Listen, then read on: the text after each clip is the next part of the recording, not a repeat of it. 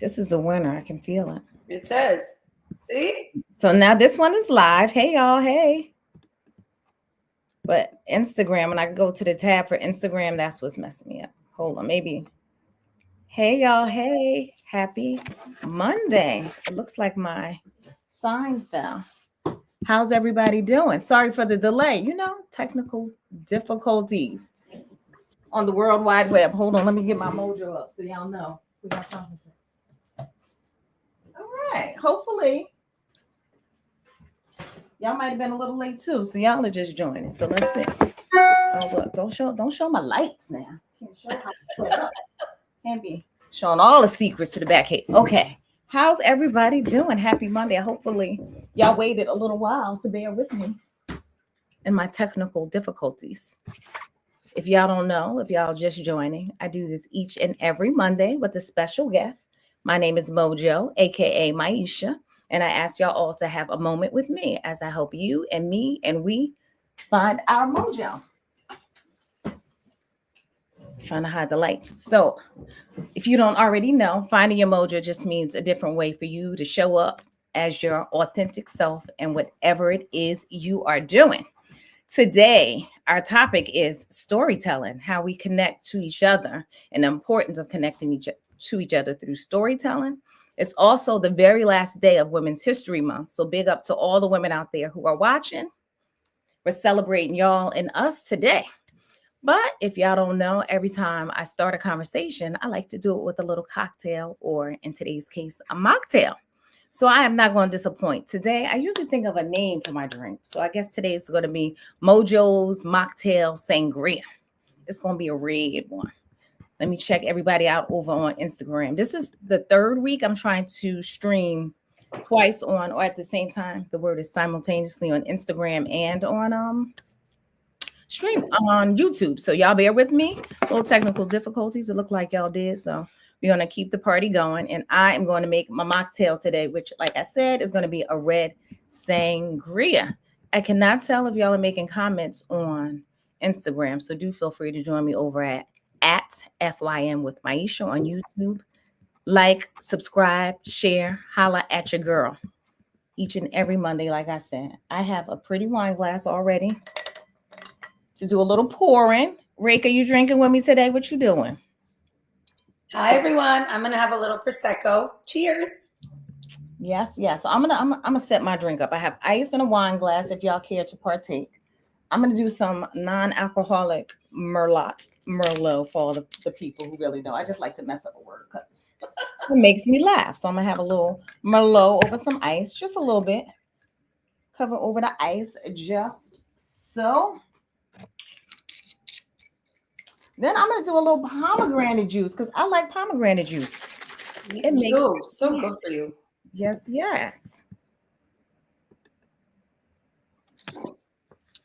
Oh yeah, looks like I might even start getting the comment section up on the Instagram. Look at me doing it. So I'm gonna pour a little bit of pomegranate juice. It's all the same color, so it makes me happy. Then I'm gonna do a little salsa water because I like bubbles in most of my things. I like some bubbles. Girl. Yes. So today I have a little what is this? I don't even know what kind of sparkling water this is. I think I stole this from the back of my girlfriend's trunk. Shit mine. And it's going with the theme, the purple theme. Little blackberry salsa mix up in there.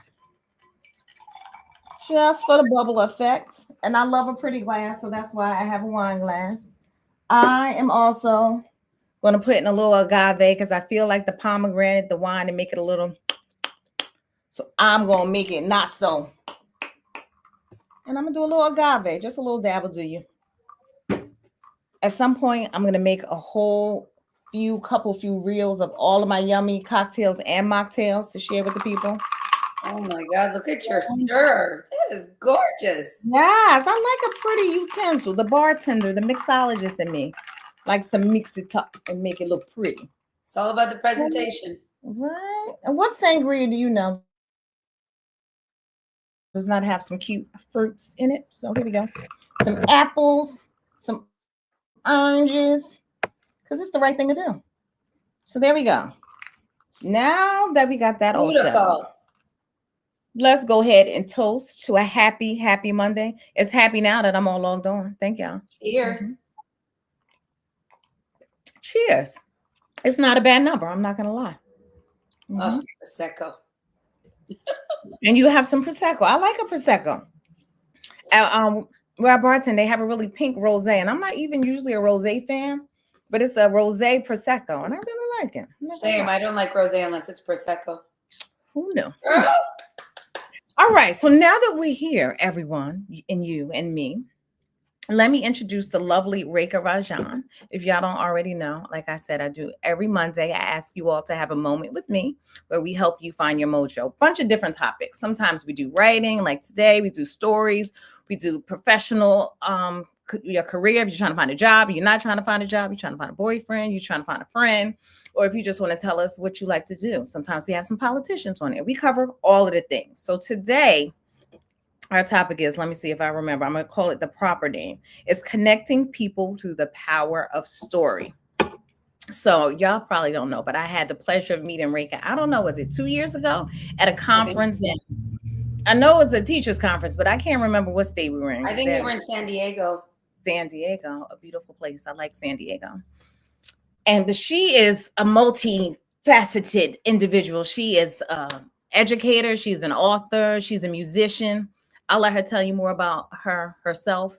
But thank you for joining today. Thank you for coming on. And just share a little bit about the people, and then I'll interrogate you with all the questions. I'm from Chicago. We like to be interrogated. Cool. Cheers to the gorgeous, amazing, talented Maisha. I love this whole thing. I'm thrilled to be here. I begged her, please get me a spot to talk about our mojo, because her energy, if you ever get to meet her in person, is electric. Like, she walks in a room, it stops. Thank you for having me. My name is Reka, born and raised in Chicago. My family's from India. I play over 100 instruments. I'm a classically trained opera singer, and music has always really been my way to express myself, understand a lot of the things I dealt with growing up in the 80s in Chicago, a lot of racism, discrimination, just trying to, child of immigrant parents, all of those things. But music really helped me find who I was, connect with other people. And I became a teacher, and then did my doctorate at Columbia in New York. Was a professor for many years. After I performed, still was performing, writing, started publishing as a professor, as we're supposed to. We have to write books and then force our undergraduate and graduate students to buy those books, and which I really tried not to do. But my books were all about how to use the arts in classrooms. So I think they were pretty well received. And I have 3 kiddos, and so couldn't live the performer's life of rehearsing all day and being gone till 2, 3 a.m. And settled down in Chicago, and just always wanted to find a way to continue to be creative and create stories and tell those stories, and writing children's books became that space for me. So it was kind of a full circle of everything that I've been through. So thank you for having me today. Cool. Thank you for coming on. Now that you named all those things that you do, how do you spend most of your time these days? I mean, besides the 3 kids, Yeah, besides wrangling the kids. I think just always formulating stories and ideas. I'm so inspired by everything around me, and everybody that I meet. It's rare to find someone that doesn't say, I want to write a book. I want to tell my story.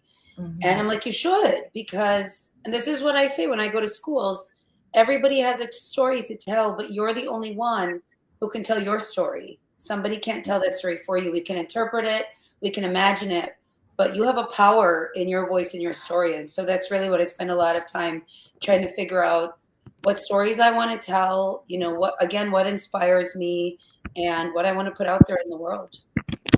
So the books that you have published, what is some of the inspiration behind? First, tell us what some of those are, and then the inspiration behind some of those. So I have about 20 children's books out now, with more coming. A big inspiration for me was, growing up in a not very affluent household in Chicago. We spent most of our time in the library. So I love the library. Cheers to librarians. The libraries are really pillars and centers of our community. And that's where I found books that helped me understand a world that was kind of similar to mine, but other spaces. And so that's the biggest inspiration for me. The other piece is, I never had books that had characters that look like me. on the cover. And I kind of still think that my highlights are a part of because I loved how Sleeping Beauty looked. And so I can't go fully blonde. My hairstylist is like, Rick, I gave up that idea. Unless it's a musical theater wig or I something. don't know. I think you can pull it off. You just have to find the right color blonde. But I anyway. know. But my point is, I really want everybody to be able to see themselves and on the cover. I think that's such a powerful thing to be able to pick up a book because we don't, I mean, we say, you read a book by its cover, you really do. And it's especially with young children, it's what attracts them to books. So my latest series called Disaster Squad. I was just going to ask you if you had one by. Mm-hmm. Yeah, I just want to show some of the covers really quickly. It's a little bit of a Yes, blur. I was going to ask you to. Yeah, but the girl kind of, and I was very grateful to Courtney Lovett, who's the artist, and being able to work with the publisher, Scholastic, to be able to say, I'd really like this to be this kind of not just an intergenerational family, because we have the grandma and the parents, but they're of mixed race. And so the dad is Black, the mom's Indian, the kids kind of reflect that in the skin tones. And I feel like the little girl looks like how I did when I was 10 years old. And I get that a lot when I go to schools, that little kiddos of color, brown and Black girls especially, will come up to me and say, I look like Leela. And I'm like, that's it. That's it for me. Now tell me about the title, Disaster Squad. Why Disaster Squad? And that's something I talk about at schools too, is that we come up with a story or an idea, but very rarely does it end up as the title that we started with. Mm-hmm. So that story started as like Rescue Family or Rescue Team. It was an idea that was pitched to me of, can you write a series about a family that travels around the country? But the family wasn't a family that made sense to me. They were in a camper van. I thought it should be a bigger vehicle, so I changed it to an RV. There were all these nuances of it, but the title totally changed to doing research. The publisher does research. I do research. What are keywords that kids look for? And I think what we found was kids really like disaster books. And honestly, there are a lot of natural disasters happening around our country every day. And for this particular age group, it's first, second, and third grade of the target audience. I really wanted everybody to be safe in the end. So I have my teenagers who are like, why can't somebody die? And I'm like, not everybody always has to die in every book. I just want this to be a fun, exciting read and teach kiddos about the world around them. So, and it's been getting a really good response, right? Yeah, it's been a lot of fun. I feel so. It's up for a lot of awards, like Best Chapter Book State Awards and books that teach about climate and all of that. And I have another series on dance that just published, which I'm really excited about, with Penguin Random House. And again, being able to see yourself, not just on the cover, but like in the book. So this is the first, this is ballet. The next one will be hip hop. I love hip hop. Growing up in Chicago, I love my hip hop culture. I know, shout out to South Bronx though. We know where it started. But just being able to open the book and see a ballet dancer of different shapes, sizes, colors. And so that's, again, really important to me, is that representation piece. Now, but you have kids of your own. Do your books resonate with them as well? Oh, my kids humble me. Yes, they love them, but they're also like, that one's so boring. Before it gets published, they read all my drafts. And I'm like, but I love this story. This is such a great story. And they're like, it's so boring. So I'm like, you write your story then. And they do. They're all very good writers. You have boys and girls, or all boys? Yeah, boy, girl, boy. Okay. And they all play music. And, of course, they love their video games. My boys do, especially. Okay. But it's, again, that's another way to tell stories too. And I always talk to them about that. Any movie you watch, it was a story. Any song you listen to, it's a story. There's just different ways to express yourselves. My oldest is an award-winning artist with metal art.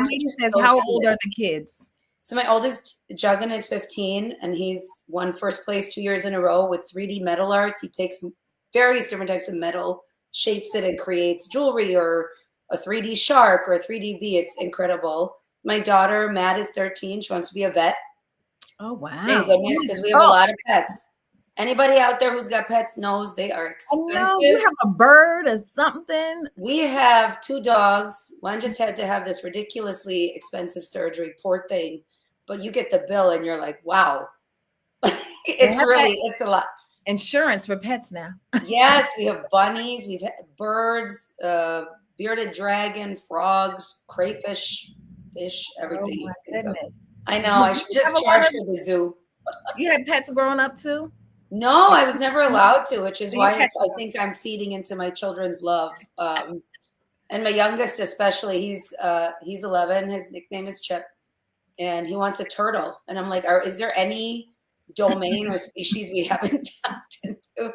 But again, there's another story for me. How do you take care of all these pets? No, you can have a story about each one. It's a lot. It's a lot, but it's very, as long as, especially at a certain age, they can take care of it. And it's a responsibility. It's an emotional connection for kiddos. So I think that's important too. Now, my mother does some storytelling, and she does a lot of like sometimes folklore and old Oh, I love it. tales. So, do you have in your culture? Are there any old stories that you're interested into, or that you are gonna tell Yeah, I about, or mean, that you like to tell, or you told to your kids, or told to you when you were young? so Just curious. yeah, well, Indian mythology and Hindu mythology has a lot of amazing folklore and stories. Mm-hmm. And I've been working on a project around that, actually. I think one of the most famous ones is our elephant-headed god, Ganesha. And people know him, and there's, it's very, I see him on T-shirts and stuff now. And for us, it's like, wow, that really, that it's, something you only saw growing up in temples or whatever. But he's the god of protection, and there's a whole story about how he got the head of an elephant and what happened. And it can seem a little gruesome, but there's so much to mythology and folklore. Like, I'm sure your mom has shared her stories, that's rooted in just humanity and the emotions we have of fear and loss and love and sadness. And that's, I think, where all stories really begin. What's your favorite? Well, I have to ask you now that you brought that up. What's your favorite that your mom shared with you? We are a scary household, so I like some of the scary stories. Oh. One of my favorites that just comes to mind right off the bat is like around, not even Halloween, but during I like one that she talks about. What is the one that lost her skin? Skin. It's me. It's a woman at night. Every time she goes to bed at night, she takes off her skin, or in the middle of the night, she gets up. I think I've heard this one too. I like that scary stuff. Have you ever read those books, the scary stories for? Oh, I can't remember the exact title, but I have all of them. There was like scary stories to tell in the dark or something. There's so many, but we were like a Stephen King household. We had mommy and my dad have like in a Stephen King book club, so we do all of them. I like my mom's favorite author too. Yeah. Oh my gosh, I remember. I was at the dentist or something, and they were asking like, "Oh, what are you doing?" And I'm like, "I'm gonna go promote my books." They're like, "Oh, I want to buy your books. Do you write under your own name?" And I said, "No, I use the name Stephen King." And they started laughing. That is hilarious, right? It's like, maybe I get them to buy the books. No, we love Stephen King. I mean, The Hag. What a storyteller. Was The Hag. That's the name of that story. Yes, The Hag. And I have other favorite ones, of course, like Anansi and Brer Rabbit. A bunch of those told different ways. But yeah, those are a lot of my favorite ones. Now, you also wrote some adult books too, right? But were they more like a professional development sort of books, or were they stories as well? Yeah, so those ones that I wrote as a professor were for professional development for teachers. But I did release a book. I don't think I have it here. It's probably in the other room. Called The Read Aloud Factor. And that was adapted from a very detailed previous edition. And I worked with that author. They gave me the rights to some of their text. It completely revamped it. But it was really to honor this idea of why it's important to read aloud to your kiddos, to each other, to whoever, to be read to. And my husband does Alzheimer's research and is a leading Alzheimer's specialist in the country, Alzheimer's and dementia. And so we worked together, and I was able to get access to MRI data for this particular project that showed the capacity of how your brain can change over a span of 60 years. simply based on how often you're read to as a child. Really? Which is really cool because we all know reading is important. We talk about it. Pediatricians now, which I think is something really relevant to think about when you think about storytelling and the importance of stories and how we talk about stories. Pediatricians have now included reading as part of a healthy development, just like they tell you in the office, this is what your child should eat, limit screen time, physical activity. Reading aloud is part of that healthy development. And this MRI data, it's really cool. That is cool. You Yeah, know, the book my got a bunch of favorite. starred reviews, and I just found out it's being translated into Romanian, which Wow. you know, Reka. All right. I got to use that as an excuse to go to Romania. I'm saying, add another language to the list. I saw your list of things. I do love languages. I speak a lot of languages because I mean, stories are told differently in different languages too. I believe you. But yeah, that MRI data is really exciting. And you know, we had a panel or one conference I was at. There was a doctor who she said to some of her, she was a pediatrician actually. She said she recommends books to some of her patients. Mm-hmm. I think it was Sayatani, now that I think about it. So yeah. Oh. And I remember as a child, I didn't know how good it was for you, but mommy and I used to read every night, just about, maybe not every night, but often. She read a page, I read a page. I love even now to this day, I like reading books. My memory was yeah, that bond, it's a bond too. It's a really important social bond. Whether it's a parent or a caregiver or a sibling. I have videos of my oldest son reading to my my youngest son. But my mom would read a Berenstain Bear book to my brother. Oh my God. Goodbye. I knew I loved you. That's me and my dad. Those were the ones we every night. Club. Every night. I have every single book, and now there's new ones, but that was our nighttime reading. That was my book. Those Bernstein Bears were hilarious. They were, and they always started with a little rhyme in the beginning, but that family was it was a fun family. It was so fun to turn the page. You just never knew. All these fun morals and experiences, and my favorite was like the messy room, and then there was another one where like the brother had his own little fort, like no girls allowed, and the poor little sister. Family. It was just about family. It was. Mm-hmm. But yeah, that was our tradition, and I really have tried, especially since I now have 2 teenagers, to continue to just get them in bed, like just us to lie together, and I don't care, just to read a book. So when we were over spring break, we're in the hotel room. They're all doing their own thing. We did fun stuff, and I'm like, everybody get in bed. I did a book event to support a local independent bookstore. Mm-hmm. And of course, I'll always buy a book to support the store. And I'm like, I have not read this book. Let's read it together. And it was so much fun. It's like 20 minutes of just everybody listening, talking about a story. And yeah, I'm telling you, it just connects the people, your own family. And do you see how you and I remember that so much from our... I do. Like, I can see myself reading that book and the pictures and those crazy faces and them Bernstein Bears. And the dad in that book used to crack me up. Anyway. What are some of your favorite children's books and some of your favorite adult books, since we're on a subject of books? Yeah, I think and I always get asked this, what's your favorite children's book? My favorite one is called Little Bear. And it's just 4 short stories about this little bear that's so imaginative, and his mom is telling him, it's very simple text, like a very early chapter book. Mm-hmm. And I was a very, very early reader, so I could read it at 4 years old. There's a home video somewhere on some VHS tape of me reading this. But I loved how this bear just was like, I'm going to go out and play in the snow, and I'm going to wear this outfit. And his mom was telling him to put on all this stuff. And then he decides he wants to go to the moon at the end. And it was just a simple way of seeing, obviously personified through these animals, but of this, especially as a child, like how you can experience adventure. I think for adult books, Amy Tan is one of my favorite authors. I think the reason why her stories have always resonated with me is so much about the generations of women. And, she writes about, a young Chinese American girl in San Francisco, and then her mother's experience in China, and then the grandmother's. And that just resonated so much with me, with my family coming from India. And those are the stories I used to listen to my grandmother tell about her mother, my great grandmother, and then I listened to my mom's stories about what it was like coming here at 19 years old in a sari and tripping on the escalator because she'd never been in one, and sitting in Air France with men smoking around her and coming to meet her husband. And then my stories growing up in Chicago. And it's just, I love those intergenerational stories. I just feel we need more of them. Indeed.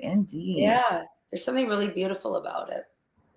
Now, speaking of connecting stories, we were talking about the siblings and families. Do you have siblings? I have one younger brother. He's a colorectal surgeon. And he's just moving to Florida. I'm like, is that what you want to do with the rest of your life? He's really good at it, though. He's got like 2 or 3 fellowships and has been interviewed on various things, but I don't know. Cheers to him for being able to do that. I'd rather play the ukulele. Sorry.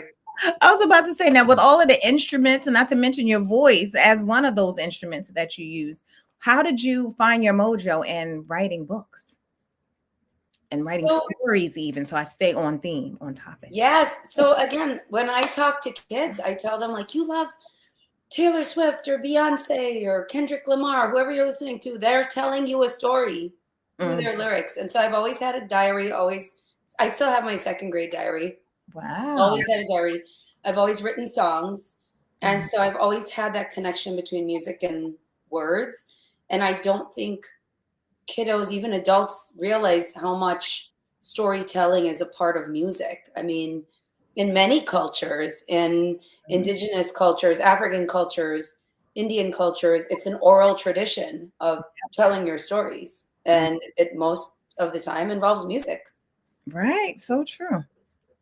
It's a deep connection through all that stuff. You're just connecting all of the dots along. Yeah, it really is. Being an artist in general just helps you connect all of those stories all together. Yeah, and even when I do book events or author events at stores, I can't even say there's every parent to be like, I used to play this instrument, I used to play this one, I'm like, pick it up again, because your child is gonna be inspired by it too. Now, I did happen to let my fingers do the walking a little bit on the World Wide Web, and I saw not only do you have a literary agent, but you also have a film agent, it looks like. So are you also working on some other things on the big screen? What's happening? I mean, I used to have a wonderful TV and film agent here that represented me in Chicago. And then we moved. I did, commercials and spots on TV and all that good stuff. Cause I started out as a musical theater, a stage actress. And then, that's the life, auditioning. And, we loved all that. And then moved out to California for a little bit and came back. But that is what you're seeing is through connections with my literary agency, who are amazing. And we're just hoping that, some of these books or series might get picked up and they're being pitched to various agencies, and we'll see. But it's a tough industry. I think anything in the creative world is it takes one person. You can get 100 no's, but it takes one person to say yes and believe in the story that you want to tell. So true. Yeah, fingers crossed always.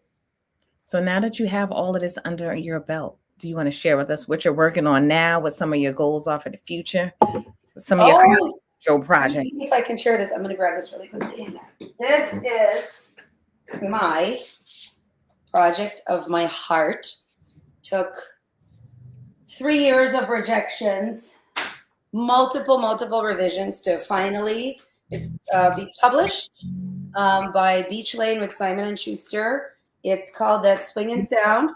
Oh my goodness, I love that cover. It is glorious. This is just like a free version. It's not even the hardback, but it's texturally amazing. The art is by Ken Daly, who's a Canadian illustrator. It's the musical friendship of Ella Fitzgerald and Louis Armstrong, which I found out he did not like to be called Louis because he thought it was the French appropriation or pronunciation of his name.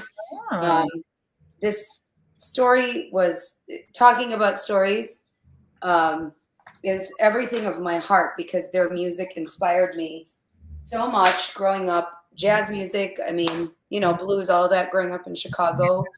And one of the craziest things was the rejections were always Oh, the market is saturated with Ella stories and Louis stories. We've heard enough about but that's not what this story is. This story is about their friendship Oh, and how Ella Fitzgerald actually did not plan to be a singer. She wanted to be a dancer. And how Louis Armstrong did not plan to play the cornet or the trumpet. He was a singer singing on the streets of New Orleans.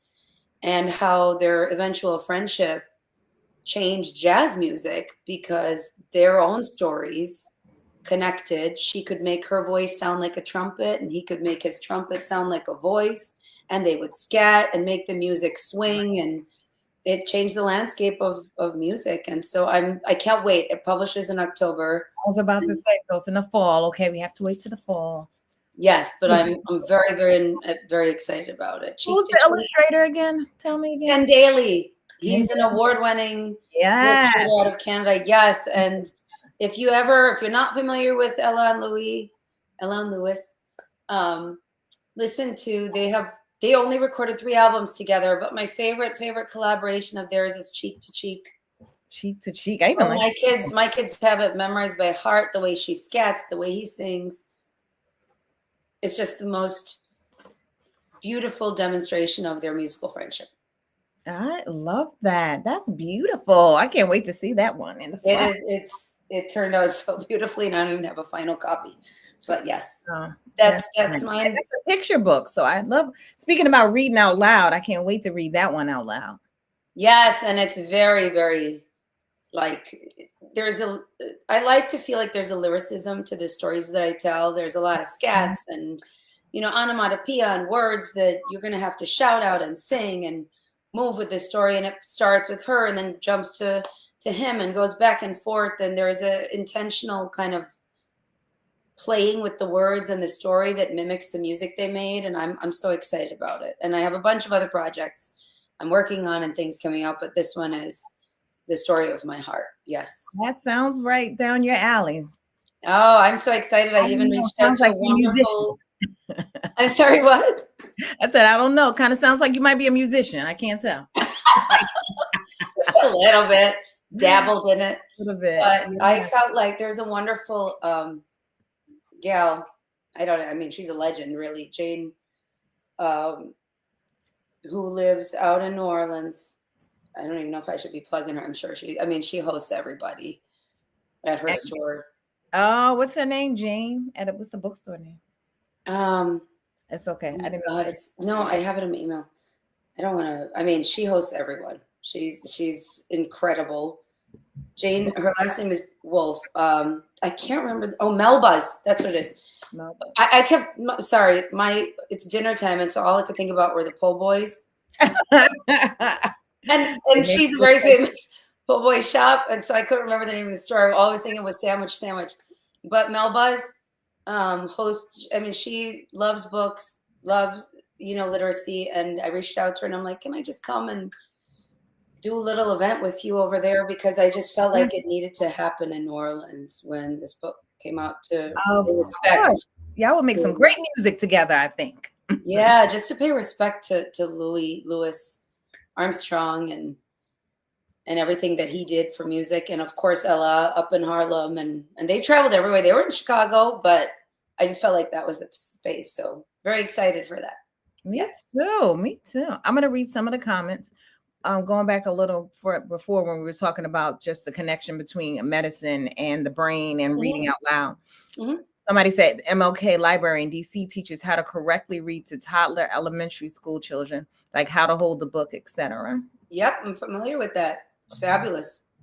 And then she also said, wow, definitely important for Black people. Somebody else says, so beautiful. And Barbara says, is there a story you've always wanted to tell? Mine. I'm still working on it.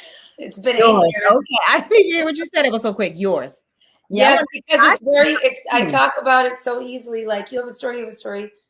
But it's a project I've been working on for 8 years. It's semi-autobiographical. Young girl growing up in Chicago who loves musical theater, sees herself through characters, but deals with all sorts of discrimination. It's changed from what it originally was, in that I'm now writing songs for the book. So it's actually the character writing songs, but I'm writing the songs, which makes it even more personal and makes me take more time at the piano to figure out, is this the right song that I want to be part of the book? It's middle grade. So she's 11, 12. I have 3 more songs to write. I'm getting there. It's taking a while, but that's going to be my next thing. When I was first looking at some of the things you've done, that was my first thing. I was like, this should be a book about you. So I'm so happy to hear that there is going to be one. I'm trying. Well, let's begin into the universe. But I think and I've spoken to a lot of editors and just other people too. And that's the hardest story to tell, really, is your own, but it's the most powerful one you can share. I believe that. So I have the pleasure of meeting you so many times, but you said so many lovely words about me in the beginning, but I have to say ditto. Like the moment I met you, I think you were just looking for me because you were running late for a signing, all in the big convention center, and automatically we were just like, oh my God, I love her. I know. So your energy is just so strong and light and lovely. Like how did you, and also it's a very positive, confident thing that you give off. How did you just that snippet you gave about telling your story and growing up in discrimination and doing all of the things, how did you get the confidence, the strength, the courage to do all of the things that you're still doing now, but you did, started out doing to where you are? I did a TEDx talk on creativity at in partnership with our local library. And one of the stories I started out with was that my mom would say that when I was about 2 years old, I would kind of toddle down the steps of our townhouse and dance to the sounds of the washing machine, just feel the rhythm, or my dad on the typewriter. And I think I always just felt music around me and in me. And I think we all have that. If you're seeing a performance, or if you're listening to something, you might even realize you're tapping your foot or nodding along to it, or how you engage with different arts. And so I think it started with music for me, first of all. Okay. That confidence that I think we're all born with. And again, I don't know if I shared, but my doctorate and my master's degree in early childhood education. So I've spent over 20 years doing research and studying how to support young children's development, and how integral the arts are to their development. If you go to the grocery store and just see a kid sitting in a cart, they'll be making up their own song and kicking their legs. And the mom might be like, shh, stop, because they're worried about what other people are going to say. But that child is just making music, or in the elevator, or, in the playground. And I think 2 things are part of it. One is what society kind of tells us is okay, and how to act and express yourselves. And this also our educational system. What happens from the kindergarten and first grade classrooms where we're all sitting in round tables, to middle school where we're in rows and you don't even see who's behind you, or you can't see the face of the person in front of you. We lose that social piece of what the arts give us. And once we're able to tap into that again as adults, I think that's where I got my confidence. It was really when I, pursued my undergraduate degree. I was on stage. The stage has always been a safe place for me where, you're not really judged. You can, especially musical theater, you could be a mermaid, you could be a witch, you could be whoever you want to be. And you're playing a character, but you're also yourself. I've had a lot, one of the things that has stuck with me was one of my first positions as a professor was to teach how to use the arts in classrooms. I had just gotten my doctorate. And I remember talking about how important it is to encourage young children to draw. And these are all graduate students. And I'll never forget that this one of my students, this wonderful gal, she must have been in her mid-30s, said, "Oh, I'm not a good artist. I can't draw." And I said, "I'm going to question you on that. Why do you say that about yourself?" And she said, "Well, I love to draw, but my 3rd grade teacher told me that my pictures were ugly." And look at how that stuck with her. 3rd grade teacher. Yes. And look at the stories, Maisha, you and I are talking about our parents reading to us, our childhood stories, the folklores, those memories. What happens with young children is so important. It really shapes the stories that we end up telling and how we tell them. So it is. And whether it's what you think is going to resonate with somebody or not, I guarantee, tell your story. Somebody's going to pick up that book or read an article or a poem and be like, oh my gosh. Right? Who Who knew the Bernstein Bears would still be with me just until today? I love them. Who knew? I just watched it pulled up on my Instagram. Maya Angelou doing a performance, a live performance of Phenomenal. Phenomenal woman. Oh, I know, right? That's one of my favorite go-tos too. but a lot of people could have, seen that and been like, who cares? But you listen to Yeah, that, and but there's a connection for everybody in that. And that's what I'm saying about everybody's story. You might be like, well, who's going to read mine, or who cares? There will always be somebody that finds a connection to it. right, and you start with yourself. That's where the story lies first, and then And when you're able to go there, that's when the truth connects so deeply. I saw an interview with Ed Sheeran. I think it was before he was doing a big tour. And somebody asked him that question, like, how do you write these songs? And he says, I just start with the stories I want to tell. mm, And I feel that if I just write the stories and that I want to tell, it's going to resonate. right. It sounds so simple, but not. Because it's hard to tap into that stuff. Yeah. I used to sometimes when I'm sitting around at conferences and I get the pleasure sitting with all you lovely authors, I ask, like, how did you come up with this story? I know people must ask you that all the time. How do you come up with the stories? One time, I think it was like 2 or 3 authors. They were like, I just sit around and write shit. That's how I come up with it. I was like, what? They were like, they were like, I don't always like to do it. I don't always want to do it, but that's my job. That's what I have to get paid. So this is my time and that's what I have to do. I just write it. And then sometimes the story comes out. Sometimes I have to crumble it up, but you just do it. I was like, yeah, like I said, for every one acceptance, we have 100 rejections. Direct Stories up here that probably never going to get published or told, but who knew? Write it out. If that's what you want to do, write it out. But again, like my oldest isn't a big writer or reader, but he's an artist and he's been painting and sculpting since he was 4. He's, that's the way he tells his story. My daughter's like convinced me that she talks to animals. And I'm like, all right, tell them to start eating the garbage. Stop eating the Walmart bags. Stop eating the garbage. Tell them to listen. I was reading a story the other day and they said they started, I think it was Whoopi Goldberg was on her autobiography. She was talking about how she started talking to inanimate objects when she was younger. So look, the stories are everywhere. They are. Love it. So now that we're coming to the end of the hour, I just want to make sure I didn't neglect from asking you a question that you wanted to share or a story or a point you wanted to share with the people that I didn't mention. I think I just want to share that you're amazing. Thank you for doing this and giving a space for people of all different interests and areas and backgrounds to talk to each other, for people to listen. I think we need more of that, just an opportunity for open dialogue, just to share our ideas. So thank you for this. And thank you for telling how important it is to connect all our stories. I mean, from reading them to one another in a bed, gathering your children, gathering your friends, and even, like we said, the medicinal uses of medicinal. How about that? The syllable was in the wrong place.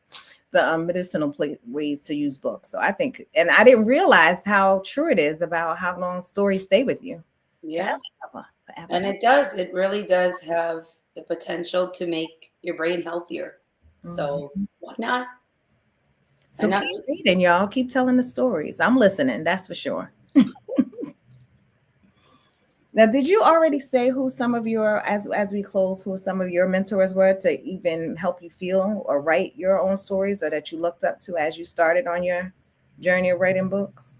Yeah, I mean, I can't say anything without starting with my mom and her just keeping us in the library. Her dad was the chief of police in India. Unfortunately passed away from alcoholism on my birthday. Oh, wow. Yeah, when I was 13. Again, something really hard to write about, but that's, think about the things any family deals with. But I always remember he loved reading, and he might have a glass of Johnny Walker next to him, but on his lap he had a pillow and an open book. Always.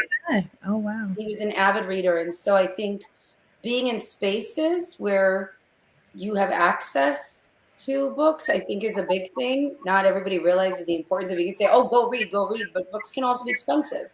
And so, sharing books, the little free libraries, but, just spending that time together or having each other write your stories. I think that my mom was really instrumental in just the power of books.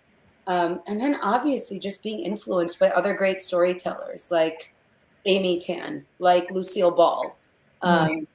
like Walt Disney. Those are people who, in all different areas and genres, told stories to us that have deeply inspired me and continue to do so. For sure, for sure. So if somebody is online now and they want to start telling their stories or just nervous about how to start, do you have any advice for them? Just start writing. Yeah. Start writing. Put something in writing. Don't judge what it is. Call it a stream, stream of consciousness or a brain dump or whatever. You don't have to share it with anyone. I have so many songs I've written since I was a teenager that nobody's ever heard. That's just that's for me. When you're ready to share it, share it. But if you want to write, just write. Start writing. That's you can't do it's like how do you play basketball unless you pick up a basketball and throw a hoop? Just try. Or get on stage and sing a song. Go do karaoke. You can do it, I guarantee it. I love that. All right, y'all heard it here. And if anybody wants to find you, where can one do that? Where can we find you? Come find me in Chicago. We're a good city. We That get a bad rap. is, I agree. We're a good city. We're clean. We're good people. We have great food. Everybody's not running around killing each other. We're all right. All right. And We're if a they good want to find place. your Come on here in books, Chicago or on Instagram, Reka S. Rajan. all right. So if you That's want my to learn website more too. about what her music, her artistry, her stories, hook her up, DM her, fall in the DMs on IG. Thank you all for joining us today. Yes, thank everybody for joining us. If y'all have any more comments, questions, concerns, drop them in the chat. If y'all don't know, I told you in the beginning of the show, every Monday I do this at 7 p.m. EST. I ask you to have a Monday moment with me and whoever my special guest is. Next Monday, we are going to have the lovely Pam Munoz Ryan, who is also going to share with us the importance of her stories that she tells. She has recently received the Legacy Award by the American Library Association. So I'm sure she'll chat with us about that, all the stories she's told over the years, and what she's working on now. So y'all come back here next Monday. Like, subscribe, share, follow me on Instagram at Mojo295 or on YouTube, which I'm trying to get my feet wet with YouTube. It is my handle is at FYM with Maisha. Nice and easy. That's my style. So I will see y'all soon. I'll see y'all next Monday, Rika. I'll talk to you soon. Don't be a stranger. I know, darling. Have a Thank good you for having me. Thank you for being here. Take care.